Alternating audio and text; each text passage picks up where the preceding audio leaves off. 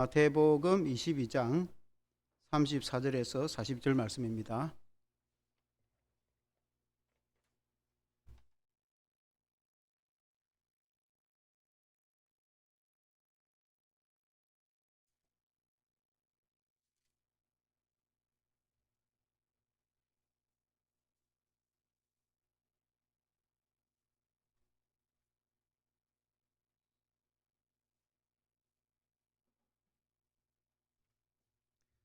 마태복음 22장 34절에서 40절 제가 읽겠습니다. 예수께서 사두개인들로 대답할 수 없게 하셨다 함을 바리새인들이 듣고 모였는데 그 중에 한 율법사가 예수를 시험하여 묻되 선생님, 율법 중에서 어느 계명이 크니이까?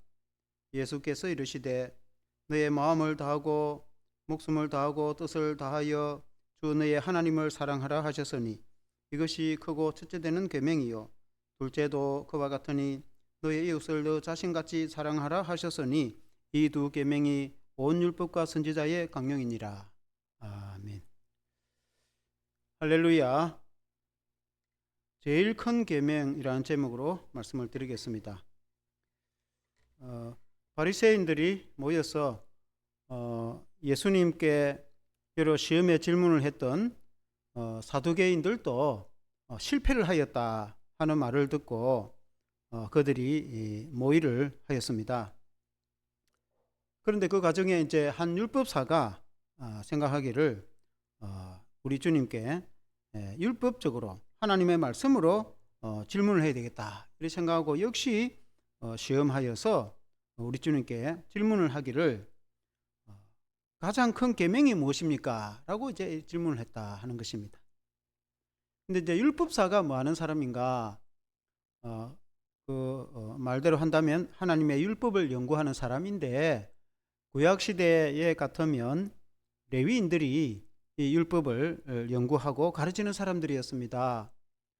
레위 지파 사람들이 하는 일이 대제사장이 제사를 드릴 때에 제사를 돕는 일을 한다든지 아니면 하나님의 성전을 청소하고 관리하고 성전을 지키는 일을 한다든지 또 혹은 이제 하나님의 성경인 말씀을 그때 당시는 양피지에다가 글을 이제 말려서 글을 썼거든요. 그럼 오래 있으면 그게 닳고 사라지고 없어질 수가 있으니까 인쇄술이 그때는 발전이 안 됐으니까 그러면 또 다른 성경을 이 필사를 해놔야 이게 계속 유지가 되거든요. 따라 없어지면 말씀이 사라져 버리잖아요. 그래서 이제 그 계속 평생의 그 성경 말씀을 이 창세기부터 이제 필사 기록을 해 놓습니다. 뺏겨 쓰는 거죠, 말하자면. 그래서 그 뺏겨 쓰고 필사를 하면서 또 성경 말씀을 연구하고 묵상하고 깊이 연구를 해서 그 말씀을 백성들에게 가르치는 역할을 한 사람이 레위인들이었습니다. 그래서 그 말씀을 연구하고 가르치는 사람들을 율법사라고도 하고 또 그 말씀을 기록한다고 해서 서기관이라고도 하였습니다. 예수님 시대에도 이런 율법사 혹은 서기관들이 있었습니다. 그런데 이 사람들은 율법을 연구하고 가르치는 사람이니까 율법에 대해서 전문가들이겠죠. 율법에 대해서는 탁월한 전문가인데 예수님에게 질문을 한 것은 예수님에게 뭘 몰라서 궁금해서 물어보려고 한 것이 아니고 역시 예수님을 시험하여서 물어본 것이다. 이렇게 성경에 또 말씀하고 있습니다. 그래서 그 질문한 내용이 뭐냐? 그 질문한 내용이 가장 큰 계명이 무엇입니까? 라고 질문. 우리가 십계명도 있고 여러 계명들이 있지 않습니까? 성경 말씀에 우리가 하나님 앞에서 지켜야 될 계명들이 있는데 그 계명 중에 가장 큰 계명이 뭔가? 라고 물었을 때에 주님이 오늘 읽은 성경에 대답한 내용이 그 말씀입니다. 주님이 37절 39절에 말씀하시기를 우리 한 번 더 같이 읽어보겠습니다. 시작. 예수께서 이르시되 너의 마음을 다하고 목숨을 다하고 뜻을 다하여 주 너의 하나님을 사랑하라 하셨으니 이것이 크고 첫째 되는 계명이요 둘째도 그와 같으니 너의 이웃을 너 자신같이 사랑하라 하셨으니 그 주님이 가르치신 것은 하나님을 사랑하는 것 그것이 계명이고 가장 큰 계명이고 두 번째는 이웃을 사랑하는 것 그것이 이제 두 번째 계명이다 라는 말씀을 가르쳤는데, 오늘 이 말씀으로 은혜를 받기를 원합니다. 첫째는 온 마음을 다하여 주 너의 하나님을 사랑하라, 그렇게 주님이 말씀하셨습니다. 같이 한번 따라해 보겠습니다. 온 마음을 다하여 주 너의 하나님을 사랑하라. 예수님이 계명을 말씀하시면서 첫째 37절에 예수께서 이르실 때 너의 마음을 다하고 목숨을 다하고 뜻을 다하여 주 너의 하나님을 사랑하라, 그렇게 말씀했습니다. 우리가 이제 계명 중에서 아주 대표적인 계명이 십계명이 아니겠습니까? 십계명 그림을 한번 띄워주시면은 이 십계명은 모세 때에 하나님께로부터 받은 말씀이 아니겠습니까? 1계명부터 이 4계명까지는 하나님에 대한 계명이라고 말씀했죠. 너 하나님 외에 다른 신을 섬기지 말라. 두 번째는 우상을 만들지 말고 또 절하지 말라. 또 세 번째는 하나님의 이름을 망령되게 일컫지 말라. 네 번째는 안식일을 거룩하게 지키라. 이것은 하나님께 대한 계명이고, 그 다음에 5계명은 이제 내 부모를 공경하라부터 이 마지막 10계명까지 이웃의 것을 탐내지 말라는 이제 이 마지막 그 10계명까지는 사람에 대한 계명인데, 크게 이제 요약하면은 두 계명 아니겠습니까? 그래서 이 두 계명을 예수님은 요약하여서 말씀하시기를, 첫째는 하나님을 사랑하라.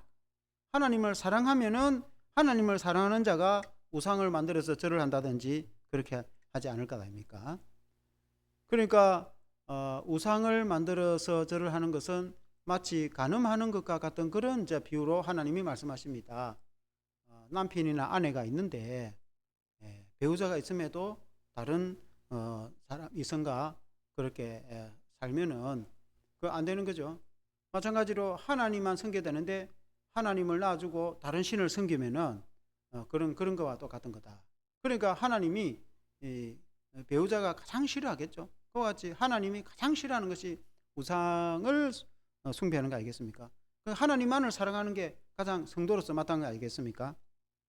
그와 같이 하나님을 사랑한다면은 우리가 하나님에 대한 그런 범죄를 하지 않겠죠. 이웃에도 마찬가지죠. 이웃을 사랑한다면은 이웃의 것을 도둑질하지 않을 거 아닙니까? 그와 같이 이 계명은 겉으로 보면은 굉장히 그 아주 딱딱한 율법적으로 보이지만은 실제로는 사랑에 대한 것입니다. 하나님을 사랑하고 이웃을 사랑하는 것에 대한 계명인 줄로 믿습니다. 왜냐하면은 하나님은 사랑이시기 때문에 그렇습니다. 하나님 자체가 사랑이시기 때문에 그렇습니다. 요한 1서에도 하나님은 사랑이시라. 한번 같이 한번 봅시다. 하나님은 사랑이시라. 하나님의 성품 자체가 사랑입니다. 부모님이 그냥 사랑이잖아요. 부모님이 자식을 사랑으로 그렇게 대하잖아요. 그건 사랑 빼면 아무것도 없는 거나 마찬가지죠. 그와 같이 하나님이 사랑이시기 때문에, 그러면 우리가 이제 그 하나님을 왜 사랑해야 되는가? 그래서 하나님이 우리를 먼저 사랑했기 때문에 그렇습니다. 하나님이 우리를 얼마나 사랑했는가? 우리가 너무나 잘 알다시피 우리 주변에도 이 아름다운 자연, 하늘과 땅과 나무와 꽃과 새들과 이 아름다운 자연 얼마나 멋있고 훌륭합니까? 하나님이 이 아름다운 자연과 세계를 만드셔서 우리로 하여금 여기에 살아가게 했습니다. 맑은 공기를 마시고 시원한 물도 마시고 또 이렇게 행복하게 이 땅에서 그 이 아름다운 자연과 세계에서 하나님 우리를 살아가게 하신 거 여러분 얼마나 감사합니까? 여러분 햇빛을 쬐는데 누가 돈을 줍니까? 요즘에는 물도 뭐 사 마시기도 하지만은 옛날에는 물도 강물이 다 맑고 그랬기 때문에 물도 다 그냥 마시고 이렇게 그렇게 했지 않습니까? 산에 올라가면 물도 다 시원한 물 그냥 마시고 그렇게 하지 않습니까? 공기를 누가 돈을 주고 마시는 사람이 있습니까?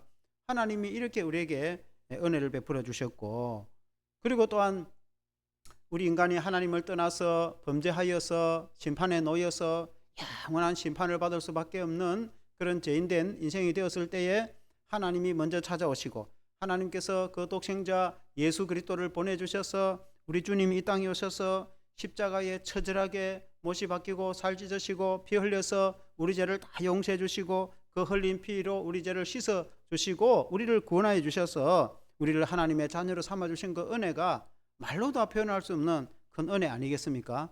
그리고 그 은혜를 우리가 어떻게 이제 다 갚을 수 있겠습니까? 여러분, 그뿐이겠습니까?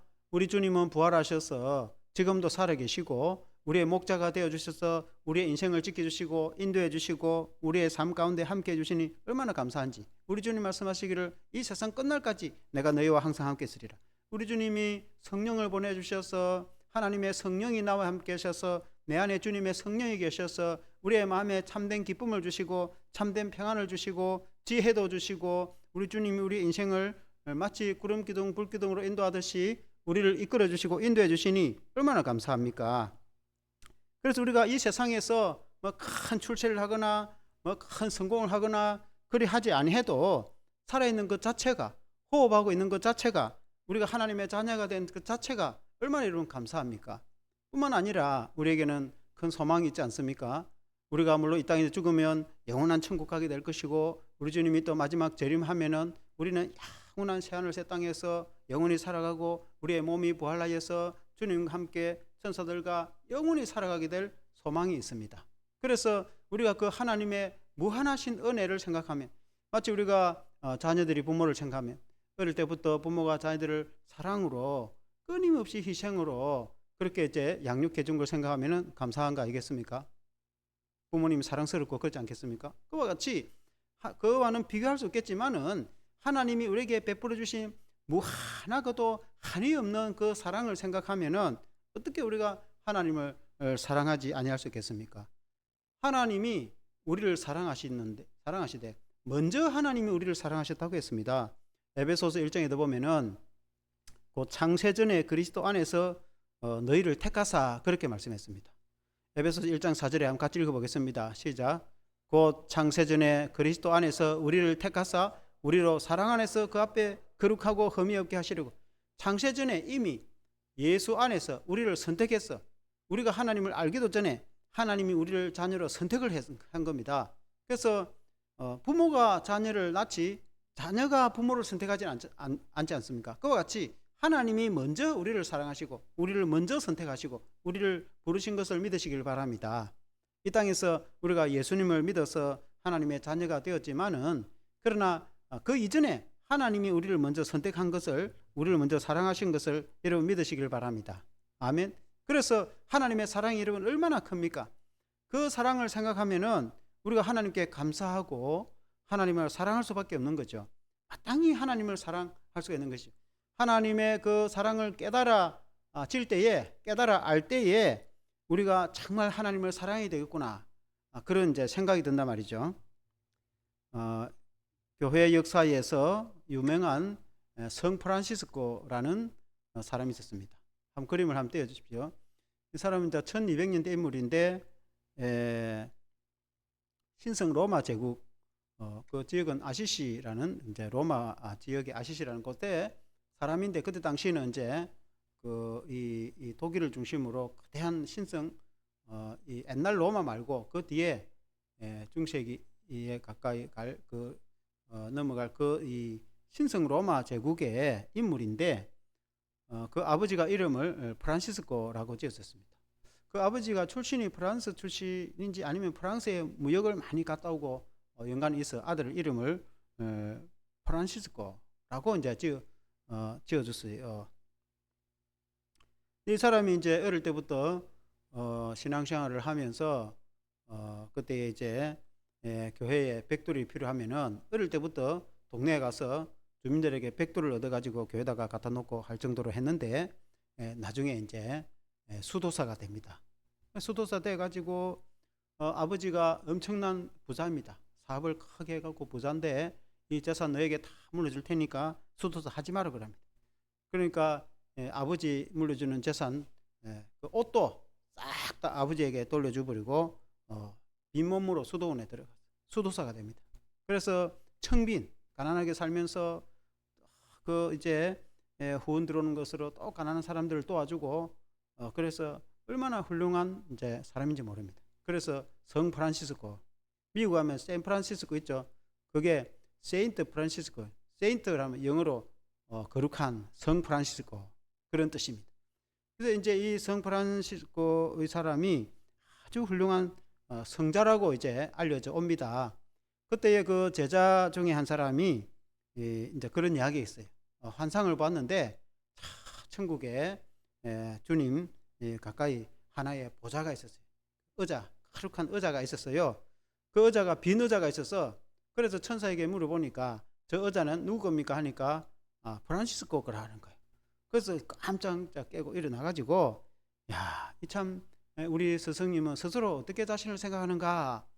그래서 이제 선생님 자신을 어떤 사람이라고 생각하십니까? 라고 물으니까 나야 뭐 세상에서 제일 악한 사람이지 그렇게 말합니다. 그러니까 선생님 그것은 위선이고 거짓말입니다. 세상 사람들은 선생님을 성자라고 합니다. 그렇게 하니까 프란시스코가 아니다.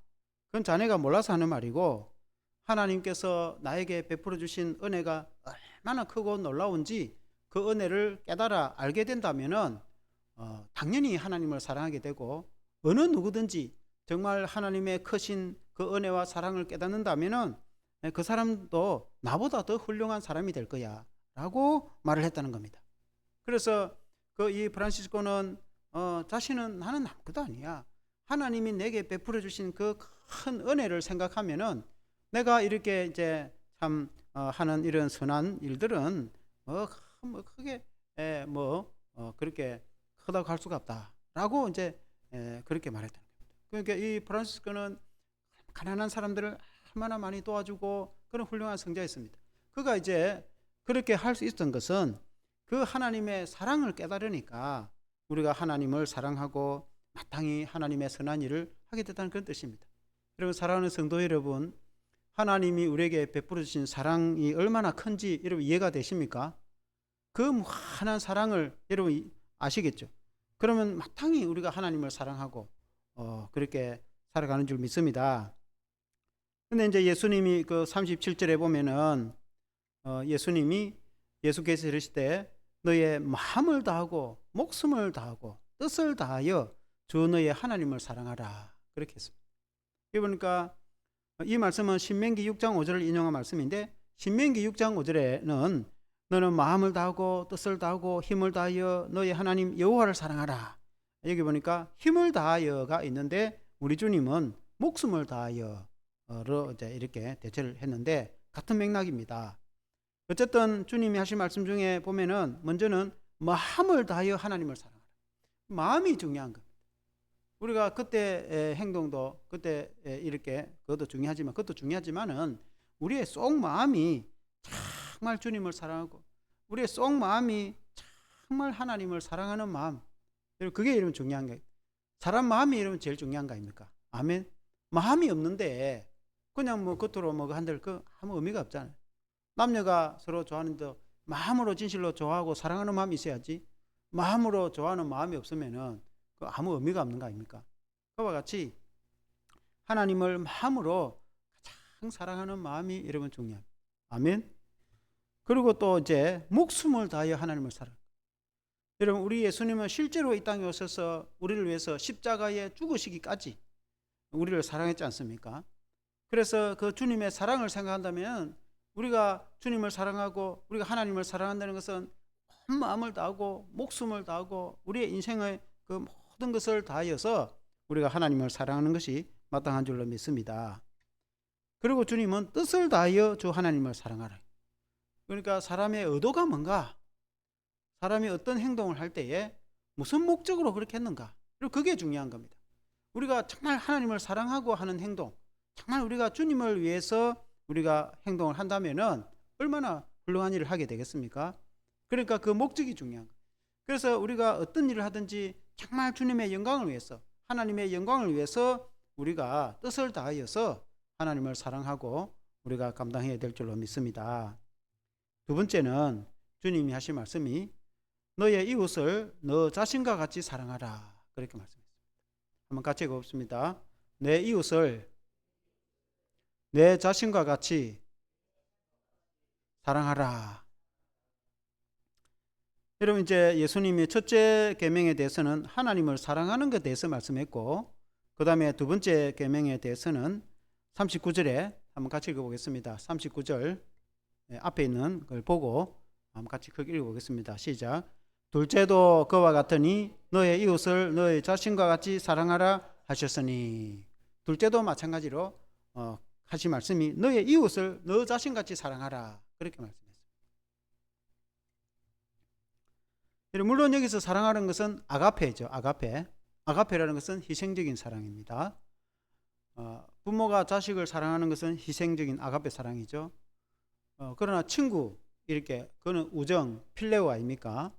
그리고 남녀 간의 사랑은 에로스. 우리 한국말은 그냥 다 하나로 그냥 사랑이다지만 헬라어는 그게 구분이 되어 있습니다. 세밀하게. 그러니까 이제 하나님이 우리를 희생적으로 사랑하는 그 아가페 사랑, 그 사랑 아가페로 우리가 하나님을 사랑하듯이 우리가 이웃을 사랑하라. 희생적인 사랑. 그런 이제 말씀이 아니겠습니까? 사랑하는 성도 여러분, 하나님을 사랑하는 자는 마땅히 이제 이웃을 사랑하게 됩니다. 그럼 이웃이 누군가? 이웃이란, 물론 이제 뭐 우리 집 근처에 사는 사람을 보통 이웃이라고 우리가 이렇게 말하죠. 유대인들에게 이웃은 자기의 동족들을 이웃이라고 이렇게 생각합니다. 형제라고도 하고 이웃이라고 생각합니다.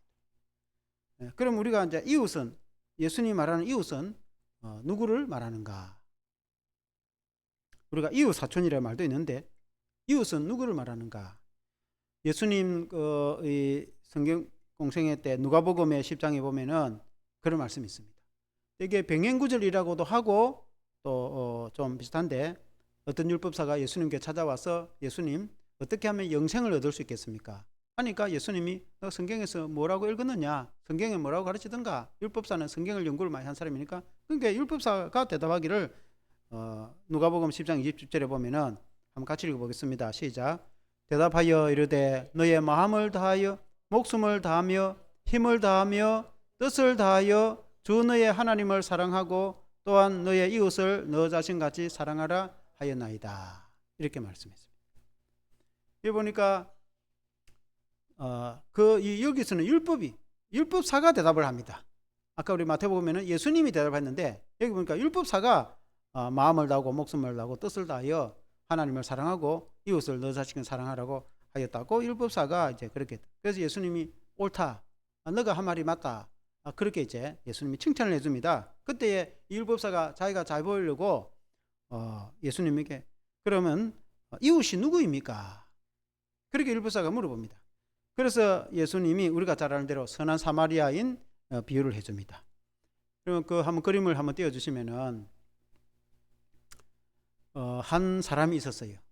이 사람이 뭐 사업을 하는 사람인지 모르겠지만은 예루살렘에서 여리고로 내려가다가 강도를 만났습니다. 그래서 강도들이 그반 때려 몽둥이로 때려가 피투성이 되고 그반 죽게 만들어 놓고 돈이나 물품을 다 빼앗아 가버렸습니다. 여러분 지도가 있습니까? 지도 보면은 여리고가 어딘지, 여러분 사해 위에 여리고가 보이죠? 이 요단강이 쭉 있고 요단강 따라 내려가면은 사해 그 위에 여리고라는 지역이, 강을 건너기 직전에 여리고, 왼쪽에는 예루살렘이 있죠. 예루살렘에서 이 사람이 사업을 해서 돈을 많이 벌었는지 소판 돈을 가지고 여리고로 갔는지 모르겠습니다. 예루살렘은 산 언덕에 있고 여리고는 강가에 있기 때문에 여리고가 지역이 낮은 지역입니다. 그래서 예루살렘에서 여리고로 내려갔다. 다시 아까 그림을 띄워주면은 이 사람이 이제 돈뭉치를 들고 가다가 강도를 만나가지고 강도들이 그반 때려놓고 거의 죽게 놔놓고 돈과 물품을 빼앗고 떠나버렸죠. 그래서 제일 먼저 이제 한 제사장이 거리를 지나가게 되었습니다. 제사장은 하나님의 성전에서 제사를 집례하는 사람이잖아요. 그러니까 그냥 지나가 버립니다. 사람이 이제 뭐 거의 죽어 있는데, 물론 이제 자기 생각에 이 사람이 죽은 사람이라 생각하고 제사장은 시체를 만지지 말라는 율법의 말씀이 있습니다. 시체를 만지면 부정하다는 그런 율법의 말씀이 있어서 제사장으로서 이 사람은 죽은 시체인 줄 알고 지나갔는지 모르지만은 하여튼 제사장이 그냥 지나가 버렸습니다. 그 다음에 또 한 레위인이 지나갔습니다. 레위인은 이 레위 지파라고 했죠. 레위인은 하나님의 성전에서 제사장을 도와서 하나님께 제사를 드리는 일을 한다든지 성경을 필사를 하고 성경을 가르친다든지 성전을 지키고 관리하고 하는 일을 한다든지 그런 일들을 다 이런 영적 사역을 하는 그런 사람이 레위인이라고 했잖아요. 한 레위인이 지나갔는데도 그냥 지나가 버렸습니다. 사람이 쓰러져 있는데 그냥 지나가 버렸습니다. 종교 지도자들이죠. 그냥 지나가 버렸습니다. 그런데 한 사마리아인이 그곳을 지나가다가 이 사람을 발견하고 이렇게 도와줍니다. 도와주고 있는 사람은 사마리아인입니다. 사마리아, 아까 그림을 한번, 지도를 한번 더 띄워주면은 사마리아 북쪽에 사마리아라고 있죠. 예루살렘이나 베들레헴이나 이 남쪽은 유다고, 우리나라 남북한처럼 구약의 이스라엘도 남북한으로 나눠진 적이 있습니다. 남쪽 예루살렘이나 베들레헴 이쪽은 남쪽이고, 북쪽에 사마리아하고 지적되어 있는 저거는 북쪽입니다. 북이스라엘. 그래서 이 북이스라엘이 아수르에 의해서 멸망을 당한 후에 이민족이 들어와서 그 이민족하고 혼혈을 대고 해갖고 남유다 사람들은, 북이스라엘 이 사람들은 유다인으로 인정도 안 해주고 사람 취급도 안 해주고, 아주 그야말로 우리나라 같으면 아주 비천하게 생각했습니다. 예. 다시 그림을 보면은, 그래서 이 사마리아 사람이 이제 그 사람을 발견해 치료해 주는데, 유대인들이 사마리아 사람은 사람 취급도 안 하는 그냥 비천한 사람으로, 그런 사람, 유대인으로 인정도 잘 안 해주는 그런 사람이었는데, 이 사람이 이 환자를 다 치료를 해주고 자기 기름으로 상처를 닦아주고, 그리고 이제 상처를 싸매주고 자기 짐승에 나귀에 태워서 주막까지 갔습니다. 주막은 지금을 치면 응급실이죠. 그때는 이 주막, 그때는 밥도 팔고 그렇게 하는 것을 여관처럼 하는 것 주막이라고 했지 않습니까? 그걸 옛날 성경에 번역을 해서 주막이지, 지금 같으면 병원 응급실로 가서 한 데나리온은 노동자 하루 품삯입니다. 오늘 같으면 한 15만 원 주겠죠. 그 병원 응급비 15만 원 주면서 치료를 해달라, 자기 돈을 주면서. 그럼 자기는 사업자 또 가야 바쁜 사람이니까 계속해서 치료를 해주면은 나머지 드는 경비는, 병원비는 내가 와서 치료비를 주겠다 하고 당부를 하고 부탁을 하고 길을 났습니다. 그래서 이제 이 세 사람 중에 예수님이 다시 질문을 합니다. 누가 이웃이 되겠는가? 이 환자에게 여러분 누가 이웃이 되겠습니까? 누가 참 이웃이라고 할 수 있습니까? 첫 번째 사람입니까? 두 번째 사람입니까? 세 번째 사람입니까? 세 번째 사람이죠. 이런 사람이 이웃. 그러니까 이제 예수님이 물으니까 그 율법사가 환자를 도와준 선한 일을 한 저 사람이 이웃입니다. 그러니까 예수님이 너도 가서 이와 같이 하라. 자비를 베푼 자. 여러분 한번 같이 해봅시다. 너도 가서 이와 같이 하라.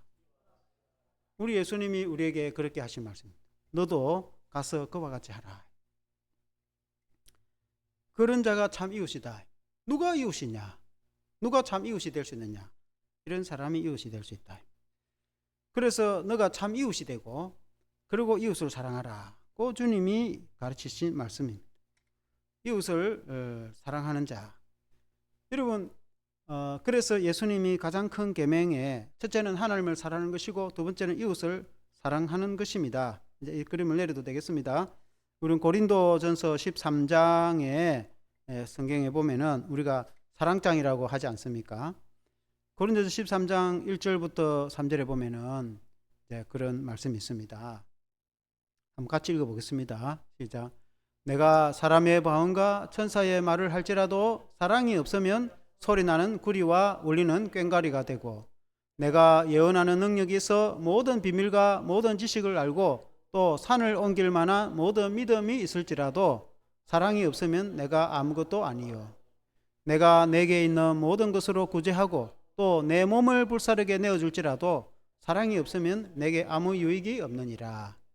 여러분 사랑이 얼마나 이 고린도전서는 사랑장이라고 합니다. 그래서 사랑이 얼마나 중요하면, 내가 천사의 방언을 하고 그래 할지라도 사랑이 없으면은 그거는 꽹과리 소리밖에 안 된다. 예언을 하고 능력이 있고 큰 믿음이 있어서 산을 옮길 만한 위대한 믿음이 있는 그런 훌륭한 사람이라도 사랑이 없으면은 그건 아무것도 아니다. 빈 깡통과 같은 것이다. 내게 있는 모든 것으로 내 몸을 불사르게 내어줄 정도로 희생을 하고 봉사를 하고 헌신을 하더라도 그 속에 사랑이 없으면은 그건 아무것도 아니다. 아무 유익도 없다. 그런 뜻입니다. 그러니까 이 뜻은 무슨 뜻이겠습니까? 그 속에 사랑이 제일 중요하다 그 말 알겠습니까? 성도의 신앙이 그렇다 그 말이에요. 우리가 교회 다니는 성도 아닙니까? 우리가 성도, 예수 믿는 성도. 예수 믿는 성도가 우리의 마음속에 사랑이 있어야 된다. 사랑이 없으면은 그 아무것도 아니다. 아무리 믿음이 훌륭하고 아무리 인품이 훌륭하고 아무리 좋은 사람이라도 그 속에 사랑이 없으면은 아무 의미가 없다. 그건 뭐 예수 믿는 거하고 아무 관계도 없는 거 마찬가지입니다. 우리가 예수님을 믿는다면은 당연히 사랑이 있을 수밖에 없는 거죠. 왜냐하면은 예수님이 우리에게 베풀어준 사랑이 얼마나 큰데 내가 주님께 받은 은혜와 사랑을 생각하면은 그 사랑을 생각하면은 당연히 다른 사람을 우리가 좀 부족하더라도 사랑하는 게 마땅한 거지. 그렇지 않습니까? 그게 우리가 뭘 막 우리가 뭘 크게 우리가 무슨 뭐 해주는 게 아니라 내가 받은 사랑이 크고 많기 때문에 우리가 주님의 은혜에 감사한 마음으로 그렇게 하는 거 아니겠습니까? 그러니까 우리 속에 예수 믿는 성도는 하나님의 사랑으로 가득 차 있는 그것이 중요한 것이다. 만약에 그 사랑이 없으면은 그 믿음도 헛것이다. 그게 뭔 의미가 있겠는가? 그러니까 사랑이 없으면은 그 아무 필요 없다 그 말 아닙니까? 그러니까 사랑이 얼마나 중요하면 이렇게 말을 했겠습니까? 그래서 우리는 우리 속에 사랑을 가지고 주님의 사랑을 가지고 뭘 하든지 사랑을 가지고 교회에서 예배를 드리든지 성도가 교제를 나누든지 성경 공부를 하든지 또 뭐 다른 어떤 무슨 활동을 하든지 다 하나님의 사랑으로 하는 것이다. 하나님의 사랑으로 하지 않으면은 안 된다. 그 아무 의미가 없다. 이해가 되십니까? 아멘. 그게 주님이 우리에게 가르쳐 주신 내용이다. 그래서 결론은 주님이 우리에게 당부하신 큰 계명. 주님은 이제 우리에게 계명을 가르쳐 주셨는데 계명이라는 것은 지켜야 되는 거 아닙니까? 지키는 것을 계명이라 하지 않습니까? 그러니까 이제 우리가 일반적으로 계명 가면은 뭐 십계명도 생각하며 또 여러 뭐 계명을 생각하면은 뭘 지켜야 되고 이것도 해야 되고 마땅한 겁니다. 마땅한 건데 그러나 그 계명의 참된 그 속 의미는 뭐라고 말씀하고 있습니까? 계명 속에 참된 의미는 사랑이라는 거예요. 사랑. 그 계명이라는 것은 그 속에 사랑이 있다는 겁니다. 사랑. 그 사랑을 둘로 표현하면 뭐라고 했습니까?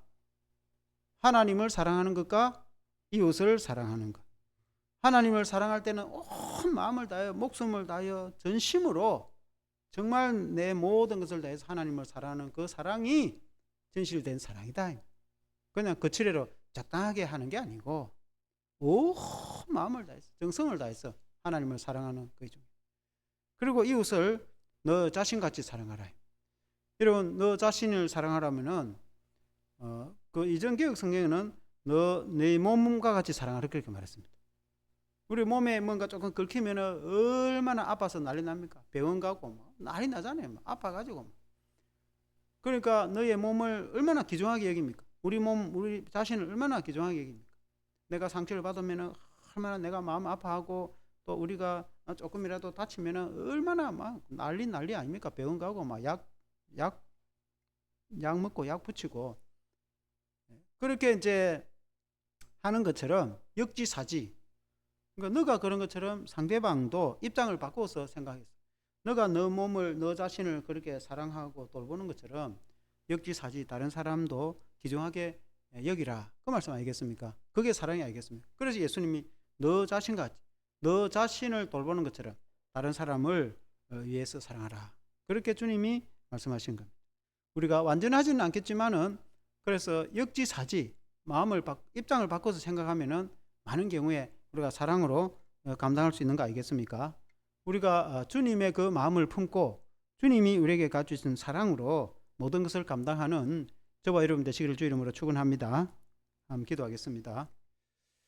하나님 아버지 감사합니다. 우리 주님이 오늘 가장 큰 계명에 대해서 말씀하고 있습니다.